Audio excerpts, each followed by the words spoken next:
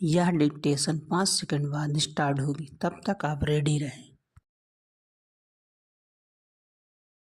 Ready start. 1 वर्ष से अधिक समय बीत गया, मगर अभी तक मणिपुर में खूनी संघर्ष समाप्त नहीं हो पाया है। शुरू से ही वहां शांति बहाली के प्रयास शिथिल नजर आते हैं। प्रशासन और सुरक्षा बलों ने इच्छा शक्ति दिखाई होती तो बहुत पहले इस समस्या का समाधान निकल गया होता, मगर उनकी भूमिका संदिग्ध बनी हुई है। इसी का नतीजा है कि सोमवार को उपद्रवियों ने घात लगाकर मुख्यमंत्री एन बीरेन सिंह के काफिले पर हमला कर दिया।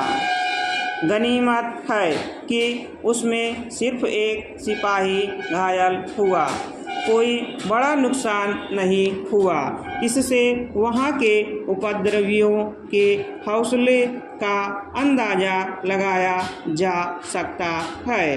अब राष्ट्रीय स्वयंसेवक संघ के प्रमुख मोहन भागवत ने मणिपुर की स्थिति पर चिंता जाहिर करते हुए कहा है कि इतने लंबे समय से वहां अशांति का वातावरण है, मगर उसे हल करने की कोशिश नहीं की गई।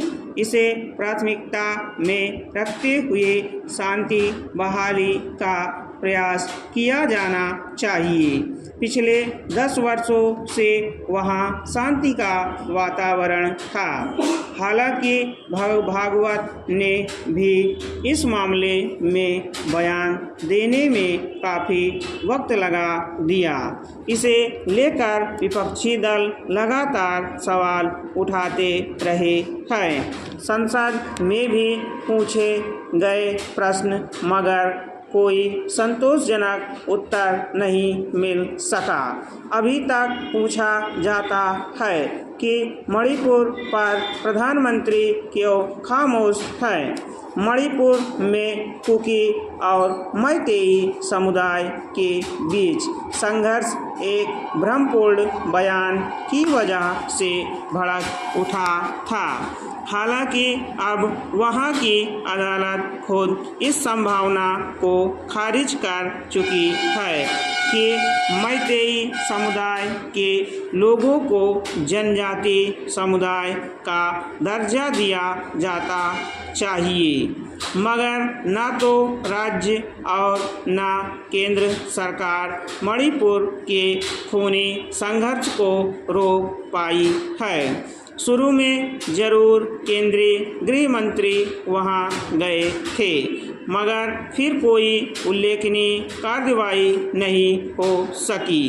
बाद में सर्वोच्च न्यायालय ने मामले का संज्ञान लेते हुए जांच और कार्रवाई के लिए समितियां गठित कर दी, मगर उसका भी कोई नतीजा नज़र नहीं आ रहा।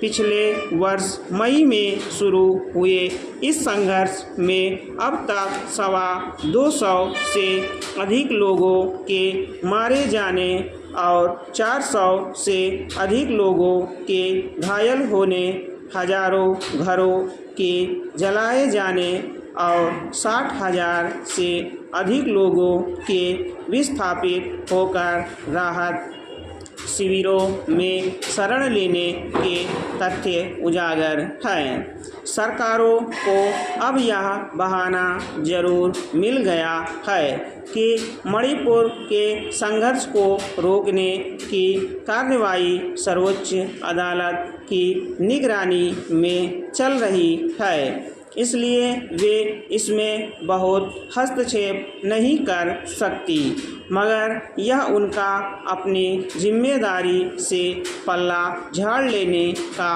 एक और तरीका है।